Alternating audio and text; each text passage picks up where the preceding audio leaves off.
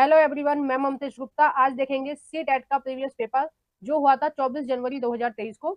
और इससे पहले मैंने 2014 से 2024 तक के जितने भी पेपर हुए हैं अब तक वो सभी कंप्लीट करा दिए हैं। ये हमारा लास्ट सी टेट का प्रीवियस पेपर है। इससे के अलावा जितने भी प्रीवियस पेपर हुए हैं 2014 से 24 तक के, वो मैंने सारे करा दिए हैं। और वो सारी मैंने एक प्लेलिस्ट में डाल दिए हैं। अभी तक आपने नहीं देखे हैं तो इसी वीडियो के डिस्क्रिप्शन में मैंने सी टेट के प्रीवियस पेपर की प्लेलिस्ट की लिंक डाली हुई है। आप उस लिंक पर क्लिक कर अब तक जितने भी सी टेट के प्रीवियस पेपर हुए हैं उन सभी को देख सकते हैं, विद एक्सप्लेन और विद एनसीईआरटी प्रूफ मैंने कराए हैं। मैंने हर एक क्वेश्चन का बताया है कि कौन सा क्वेश्चन आपका कौन सी एनसीईआरटी बुक के कौन से चैप्टर से आया है। ठीक है, आप देख सकते हैं कोई सी भी वीडियो और बिल्कुल डिटेल में मिलेगी। और ये जो आपकी साइड में प्लेलिस्ट लगी हुई है ये सभी मैंने पढ़ाई है। 6 से और 8th क्लास की एसएसटी एनसीईआरटी को बहुत ज्यादा डिटेल में पढ़ाया है, क्योंकि एसएसटी के कंटेंट के लिए 6th 7th और 8th क्लास से बाहर आपका कुछ नहीं आता है। इसलिए इन तीनों क्लास की एनसीईआरटी को आप बहुत अच्छे से कर लीजिए। उसके लिए आप मेरी वीडियोस की हेल्प ले सकते हैं। और इन सब ये सारी प्लेलिस्ट जो है ये आपको मेरा यूट्यूब चैनल ओपन कर प्लेलिस्ट वाले ऑप्शन पर क्लिक कर मिल जाएंगी। आइए शुरू करते हैं। क्वेश्चन नंबर 31, संगम साहित्य की रचना एवं संकलन किस नगर के सम्मेलनों में की गई। तो जैसा कि मैंने आपको बताया कि मैं हर क्वेश्चन का आपको बताती हूँ कि ये कौन सी एनसीईआरटी से आया है। तो देखो ये आया है 6th क्लास की हिस्ट्री एनसीईआरटी से, चैप्टर नंबर 8 से। उसमें बहुत विस्तार से दे रखा है संगम वंश के बारे में, संगम साहित्य के बारे में। और जो संगम साहित्य है वो चेल, चोल और पांडे राजवंशों के का इतिहास बताता है। ठीक है, यानी कि दक्षिण भारत का इतिहास बताता है। और इसको किस नगर में लिखा गया था इस साहित्य को, तो देखते हैं। पहला है अरिकमेंडू, दूसरा है कावेरी पट्टनम, तीसरा है अमरावती और चौथा है मदुरई। तो 31 का जो सही आंसर हो जाएगा वो हो जाएगा आपका 4, मदुरई में किया गया था। और मदुरई किसकी राजधानी थी? ये थी पांड्य शासकों की। ठीक है, और देखो अरिकमेंडू जो पत्तनम है, ठीक है, यानी कि बंदरगाह है, वो किन शासकों का था? यानी कि चेर का था, चोल का था या पांडे का था? ये आप मुझे कमेंट बॉक्स में बताएंगे। आइए नेक्स्ट देखते हैं क्वेश्चन नंबर 32। निम्नलिखित में से कौन से कथन बुद्ध के विषय में सही है? बुद्ध यानी कि महात्मा बुद्ध के बारे में बोला गया है। ये भी आपका 6th क्लास की हिस्ट्री एनसीईआरटी से आया है, चैप्टर नंबर 6 से। ठीक है, बौद्ध धर्म और जैन धर्म के बारे में उसमें विस्तार से दे रखा है। ए है बुद्ध ने अपना प्रथम उपदेश सारनाथ में दिया था। बी है बुद्ध ने अपना उपदेश संस्कृत भाषा में दिया था। सी है बुद्ध ने लोगों को दयालु होने तथा मानवों के साथ साथ जानवरों के जीवन का भी आदर करने की शिक्षा दी थी। ठीक है, जो बौद्ध धर्म के लोग हैं आज के, और कुछ लोग उनमें नॉन वेज खाते हैं, तो उनको ये देखना चाहिए कि महात्मा बुद्ध ने कहीं भी नहीं बोला है कि आप नॉन वेज खा सकते हो, क्योंकि वो खुद इस चीज के खिलाफ थे। ठीक है, जैसा कि इसमें लिखा है कि उन्होंने बोला है जानवरों के जीवन का भी आदर करने की शिक्षा दी है। ठीक है, यानी कि प्योर वेजिटेरियन होना चाहिए अगर आप बौद्ध धर्म में हो तो। ठीक है, नेक्स्ट है डी, बुद्ध मानते थे कि हमारे कर्मों के परिणाम चाहे वे अच्छे हों या बुरे हों हमारे वर्तमान जीवन के साथ साथ बाद के जीवन को भी प्रभावित करते हैं। यानी कि बुद्ध पुनर्जन्म में भी विश्वास रखते थे। उनका ऐसा मानना था कि अगर हम किसी के साथ गलत करते हैं तो या तो हमें इस जन्म में वो सारी चीजें देखने को मिलेंगी, हमारे साथ भी गलत होगा। अगर इस जन्म में भी किसी कारण हम बच गए तो हमें अगले जन्म में ये सारे कष्ट भुगतने पड़ेंगे जो हम और अन्य जीवों के साथ कर रहे हैं। ठीक है, तो इसका हमें देखना था कि बुद्ध के विषय में कौन सा जो कथन है वो सही है। ठीक है, तो आइए ऑप्शन में देखते हैं। तो इसका जो सही आंसर हो जाएगा वो हो जाएगा आपका 4, ए, सी और डी सही है। ठीक है, अब बी क्यों गलत है वो हम देख लेते हैं। बी इसलिए गलत है क्योंकि बुद्ध ने जो उपदेश दिए थे वो संस्कृत भाषा में नहीं दिए थे, वो प्रकृत भाषा में दिए थे। ठीक है, पाली या प्रकृत भाषा में दिए थे। प्रकृत भाषा का मतलब है कि उस टाइम जो स्थानीय भाषा थी उसमें दिए थे। अब बुद्ध के जो उपदेश है वो ज्यादातर नेपाल, उत्तर प्रदेश, ठीक है, बिहार, झारखंड यहाँ पर है। ठीक है, तो वहाँ उस टाइम पे जो भाषा चल रही थी उस भाषा में उन्होंने दिए हैं। और अगर हम जैन धर्म की बात करें तो महावीर स्वामी ने भी लोगों की आम बोलचाल की भाषा में ही उपदेश दिए थे। इसलिए इन धर्मों का जो विकास है या जो प्रसार है वो तीव्र गति से हुआ, क्योंकि लोग अपनी स्थानीय भाषा में इन चीजों को समझ पा रहे थे। ठीक है, अब जैसे मैं आपको हिंदी में पढ़ा रही हूँ और आपको हिंदी ही आती है तो आप अच्छे से पढ़ रहे हैं। अगर मैं आपको इंग्लिश में पढ़ाऊँ, आपको इंग्लिश आती नहीं है तो आपको कुछ समझ में नहीं आएगा। ठीक है, तो हिंदी में पढ़ा रही हूँ और आपको हिंदी आती है इसलिए आप हिंदी को अच्छे से समझ पाते हैं। तो यही था बुद्ध जी का भी और महावीर स्वामी का, दोनों का सेम था। ठीक है, और दोनों धर्म आपस में मिलते जुलते हैं। नेक्स्ट देखते हैं क्वेश्चन नंबर 33। कथन है ए और बी को ध्यान से पढ़ें तथा सही विकल्प को चुनें। ए है अलाउद्दीन खिलजी के शासनकाल में भू राजस्व के निर्धारण और वसूली के कार्य को राज्य ने अपने नियंत्रण में ले लिया।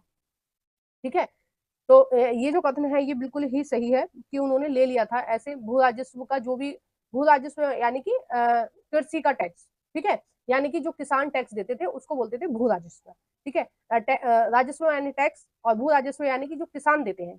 तो पहले व्यापार बहुत ज्यादा नहीं था। ठीक है, तो पहले किसान पर ही ज्यादा निर्भर रहते थे सभी लोग। ठीक है, पूरी इकोनॉमी जो थी देश की वो किसानों पर निर्भर थी, तो इसलिए जो टैक्स का जो सबसे ज्यादा हिस्सा था वो किसानों से ही लिया जाता था। तो भू राजस्व का जो काम है के निर्धारण और उसके वसूली के कार्य को राजा ने अपने नियंत्रण में ले लिया था। ठीक है, बी है स्थानीय सामंतों। सामंत यानी कि आप जान सकते हैं, समझ सकते हैं, जैसे आज के मंत्री है ना, मंत्री परिषद है, या जैसे सांसद टाइप के लोग हैं, या फिर आप ये भी मान सकते हैं जो आपने कभी पुरानी मूवियों में देखा होगा कि राजा बैठा है बीच में। ठीक है, राजा यहाँ बैठा हुआ, इधर आसपास कौन बैठे हैं, उसके मंत्री। तो उनको मंत्री या सामंत भी बोलते थे। ठीक है, जो प्राचीन भारत था यानी कि हमारे जो हिंदू राजा थे उनके यहाँ ये सामंतों की प्रथा चली आ रही थी। ठीक है, स्थानीय सामंतों द्वारा कर लगाने का अधिकार जारी रहा तथा उन्हें कर चुकाने में छूट दी गई। तो बिल्कुल गलत है, ये जो सामंत का पद था ये उन्होंने खत्म कर दिया था। ठीक है, इसकी जगह उन्होंने बहुत सारे पद स्टार्ट कर दिए थे, जैसे जो बहुत सारी व्यवस्था उन्होंने चलाई थी। अभी मुझे हाल फिलहाल में याद नहीं आ रहा है। मनसबदारी प्रथा और जब्त जकात, ये सारी चीजें अलग अलग जो चीजें थी वो उन्होंने चलाई अपने हिसाब से। देखो जो भी शासन में आएगा वो अपने हिसाब से रखेगा, तो सेकंड वाला जो ऑप्शन है ना वो गलत है। ठीक है, तो इसका जो सही आंसर हो जाएगा वो हो जाएगा पहला, ए सही है किंतु बी गलत है। बी क्यों गलत है वो आपको मैंने बता दिया है।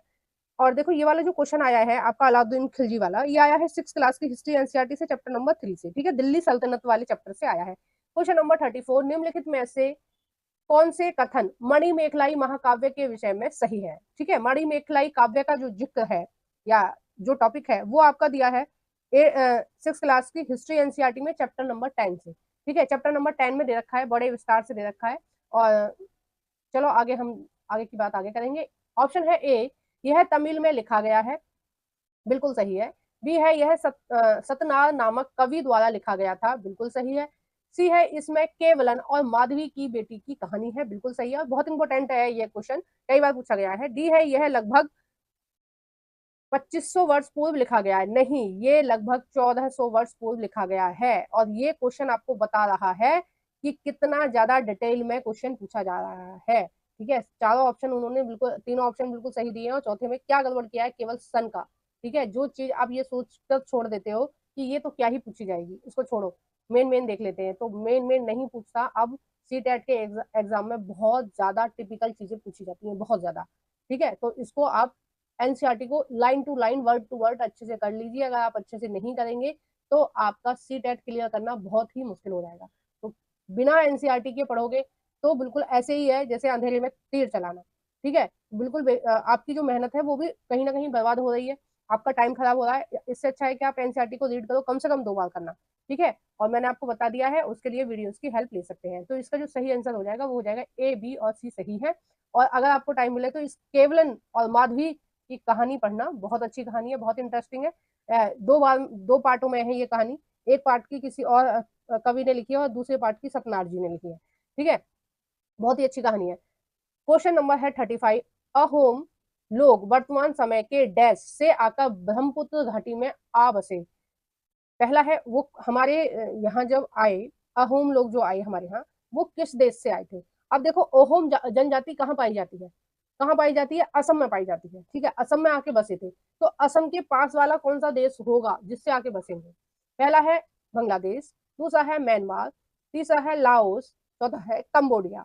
तो इसका जो सही आंसर हो जाएगा वो हो जाएगा दूसरा, म्यांमार। अब देखो म्यांमार के इधर साइड तो बांग्लादेश है, ठीक है, और इधर साइड कौन सा है, सॉरी, आपके असम के इधर साइड तो बांग्लादेश है, और इधर साइड क्या है, पहले म्यांमार। ठीक है, और म्यांमार के बाद लाओस और कंबोडिया। ठीक है, और थाईलैंड भी है इधर ही। नेक्स्ट देखते हैं क्वेश्चन नंबर 36, निम्नलिखित में से कौन सा कथन 16वीं 17वीं शताब्दियों के सूरत के संबंध में सही है।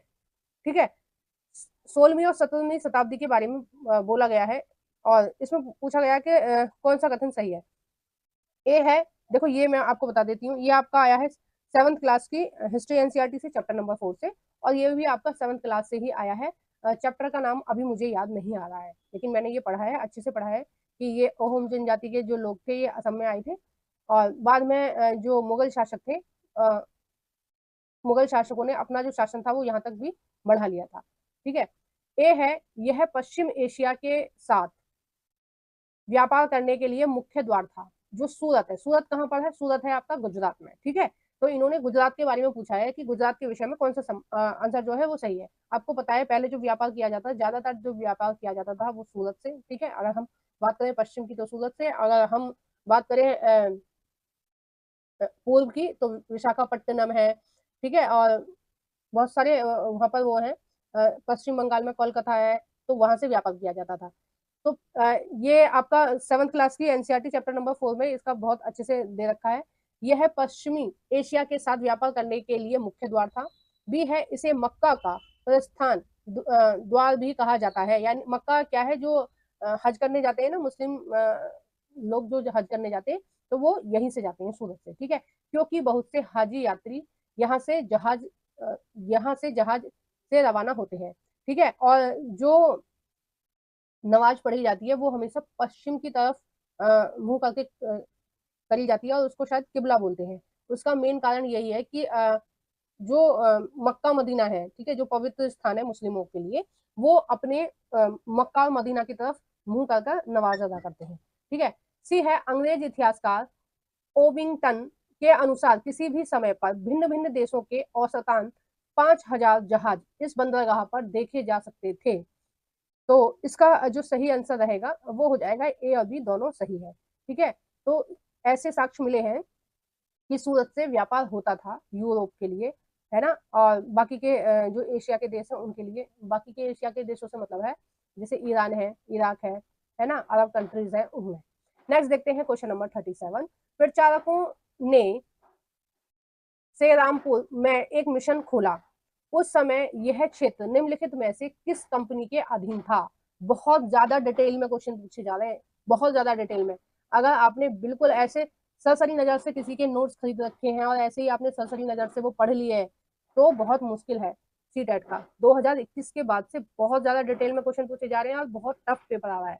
मैं खुद एक्सेप्ट कर रही हूँ, जिस टाइम पे मैंने दिया था पेपर 2015-16 में, उस टाइम पे इतने टफ पेपर नहीं आते थे, अभी बहुत ज्यादा टफ पेपर आ रहे हैं। तो आपको एनसीईआरटी करनी ही पड़ेगी। और ऐसा क्यों आप सोचते हैं कि सीटेट के लिए हम इतना क्यों पढ़े? सीटेट में थोड़ी ना एनसीईआरटी आप पीआरटी दोगे जब भी एनसीईआरटी पढ़नी पड़ेगी, टीजीटी दोगे जब भी एनसीईआरटी पढ़नी पड़ेगी, पीजीटी दोगे जब भी एनसीईआरटी पढ़नी पड़ेगी, केवीएस का पेपर दोगे, एनवीएस का पेपर दोगे, आप यूपीएससी का पेपर दोगे, एसएससी का कोई भी पेपर देख लेना, हर पेपर एनसीईआरटी से ही आ रहा है। ठीक है। मैंने यूपीएससी तक का भी पेपर देखा है, मैंने एसएससी का भी पेपर देखा है, बहुत सारे पेपर, प्रीवियस पेपर मैंने देखे हैं, एनालाइज किया है, तभी मैंने एनसीईआरटी पढ़ाना शुरू किया, क्योंकि एनसीईआरटी से ही क्वेश्चन आ रहे हैं, बाहर कुछ नहीं आ रहा है। तो आप एनसीईआरटी को ही कर लीजिए, ज्यादा आप पैसे वेस्ट क्यों करें तरह तरह की बुक खरीदने में। तो देखो प्रचारकों ने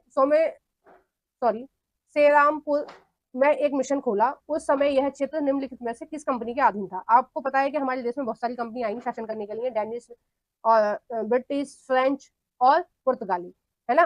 तो इनमें से कौन थे जो उस समय शासन कर रहे थे? तो उस समय शासन कर रहे थे डेनिश। ठीक है। और डेनिशों का जो शासन था वो बहुत थोड़े समय के लिए था।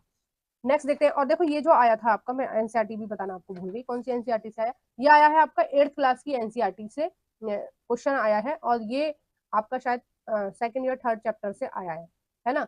नेक्स्ट देखते हैं क्वेश्चन नंबर 38। औपनिवेशिक काल में अंग्रेजों का आदिवासियों की तरफ व्यवहार ऐसा था कि, यानी कि औपनिवेशिक काल का मतलब है जिस समय अंग्रेज हमारे ऊपर शासन कर रहे थे, यानी कि 1757 से, ठीक है, 1757 से, 57 नहीं 64 समझ लीजिए, बाक्सर के युद्ध के बाद। ठीक है। 64 और 1765 में उनको दीवानी मिल गई थी बंगाल की, यानी कि 1765 से और 1950 तक का जो समय है, ठीक है, 1950 तक का जो समय है, उस समय भारत औपनिवेश था किसका? अंग्रेजों का। ठीक है। इस समय किसका औपनिवेश था? भारत अंग्रेजों का। तो औपनिवेश भारत की बात करी जा रही है, तो मतलब उस समय भारत पर शासन किसका था? अंग्रेजों का था। तो उसके संबंध में मतलब जो अंग्रेज थे उनका व्यवहार आदिवासी लोगों के साथ कैसा था, उसके बारे में ये 4 ऑप्शन दिए हुए हैं कि कौन सा ऑप्शन सही है। ठीक है, मतलब वो कैसा व्यवहार करते थे। ए है, उनका जीवन औपनिवेश से पहले जैसा था वैसा ही चलता रहा। दूसरा है, आदिवासी मुखियाओं ने अपने क्षेत्र पर प्रशासनिक अधिकार बनाए रखा। तीसरा है, आदिवासी मुखियाओं ने गांव के समूह पर मालिकाना अधिकार बनाए रखा। चौथा है, वन उत्पादन पर अधिकार आदिवासी लोगों के पास ही रहे। तो देखो, इन्होंने बोला है कि जो सही है वो हमें देखना है कैसा व्यवहार था। 38 का जो सही आंसर होगा वो होगा तीसरा। और मैं आपको बताना चाहती हूँ कि अंग्रेजों का व्यवहार आदिवासियों के प्रति बहुत ही गंदा था, बहुत ज्यादा गंदा। हमारे देश में मुगल भी आए, लेकिन मुगलों ने कभी भी जनजाति के लोगों के ऊपर अत्याचार नहीं किया। जनजाति के लोगों के साथ कोई छेड़खानी नहीं करी उन्होंने। जनजातियों की संस्कृति बिल्कुल एज इट इज ऐसी थी जैसे प्राचीन भारत में थी। प्राचीन भारत के राजाओं ने भी कभी उनके साथ ना जाति की ना कुछ किया। तो वो आराम से जंगलों में रहते थे आदिवासी लोग, और जो लोग शासन में होते थे उनको कोई मतलब नहीं था। लेकिन जब अंग्रेज हमारे देश में आए और अंग्रेजों को पता चला कि हमारी जो जंगल है वो बहुत अच्छे हैं, तो उन्होंने क्या किया, उन्होंने आदिवासियों को से जंगल खाली करवा लिए और आदिवासियों को वहां से भगा दिया। तो उनकी संस्कृति, उनका जीवन पूरी तरह से तहस नहस हो गया, खत्म हो गया।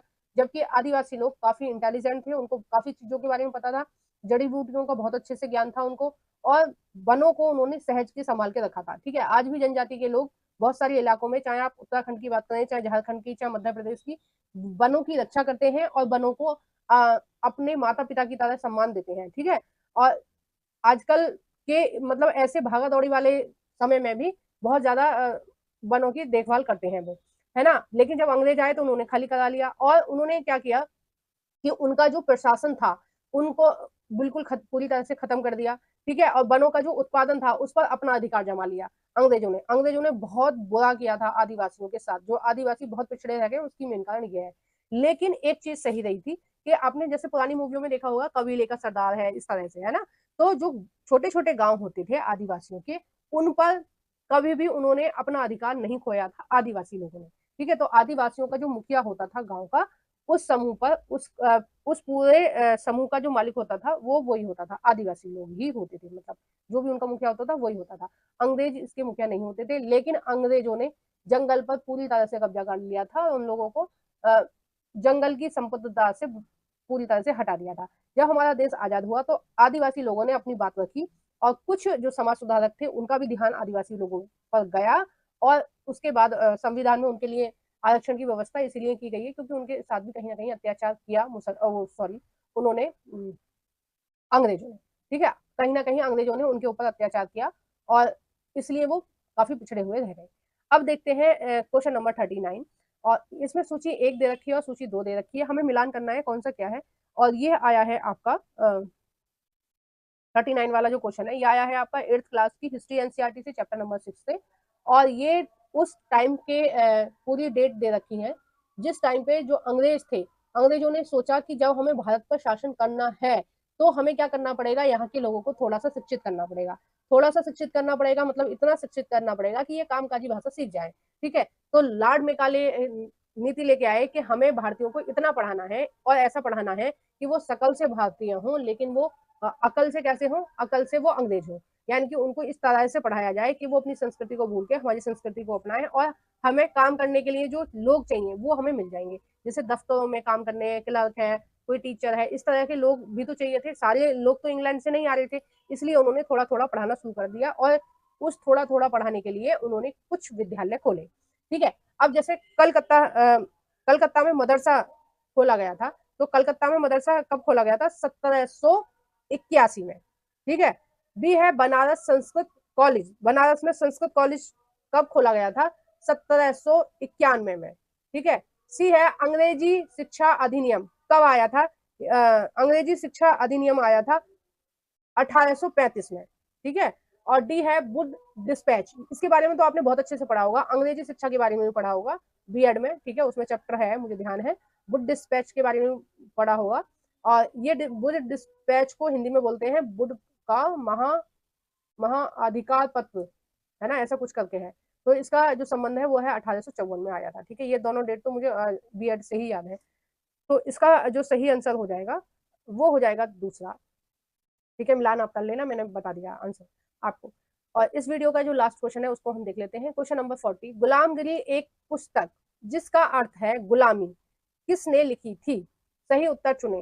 पहला है महात्मा गांधी, दूसरा है B.R. अम्बेडकर, तीसरा है ज्योतिबा फूले, चौथा है राजा राममोहन राय। तो सबसे पहले तो आप जानिए, ये आया है 8th क्लास की हिस्ट्री एनसीईआरटी से, चैप्टर नंबर 7 से आया है। और इसका जो सही आंसर हो जाएगा वो हो जाएगा तीसरा, ज्योतिराव फूले। ठीक है, ज्योतिराव फूले ने लिखी थी गुलामगिरी पुस्तक। और ये एक समाज सुधारक थे और इन्होंने अन्य पिछड़ी जातियों के लिए काफी काम किया था, और महिलाओं के लिए काफी काम किया था, लड़कियों की शिक्षा के लिए काफी काम किया था समाज में। तो यही, इसी के साथ हम ये वीडियो यहीं पर समाप्त कर रहे हैं। आगे के जो क्वेश्चन है वो हम नेक्स्ट पार्ट में देखेंगे। तो अभी तक आपने मेरे चैनल को सब्सक्राइब नहीं किया तो प्लीज मेरे चैनल को सब्सक्राइब कर लेना और बेल आइकन को प्रेस करके रखना, जब भी मैं अपने चैनल पर वीडियो अपलोड करूँ तो आपको नोटिफिकेशन मिल जाए। वैसे मैं सुबह के 9 बजे वीडियो अपलोड करती हूँ, तो आप सुबह 9 बजे भी मेरा चैनल ओपन करके देख सकते हैं वीडियोज को, सीटेट के प्रीवियस पेपर की वीडियोज को। और आपको वीडियो कैसी लगी है प्लीज कमेंट बॉक्स में बताइएगा। वीडियो को जरूर से लाइक कर देना। जो भी फ्रेंड आपके सीटेट की तैयारी कर रहे हैं या किसी भी टीचिंग एग्जाम की तैयारी कर रहे हैं, उन सभी फ्रेंडों के साथ मेरी इस वीडियो को शेयर कर देना, ताकि वो उनको एनसीईआरटी पढ़ने में हेल्प हो जाए। ठीक है, क्योंकि एनसीईआरटी की ना केवल मैंने थ्योरी कराई है, उसके एमसीक्यू भी कराए। हर चैप्टर की पहले थ्योरी कराई है, उसके बाद उसके एमसीक्यू कराए। तो इसके लिए आप प्लीज उनको अपने फ्रेंडों के साथ इस वीडियो को शेयर कर देना। Thank you for watching everyone.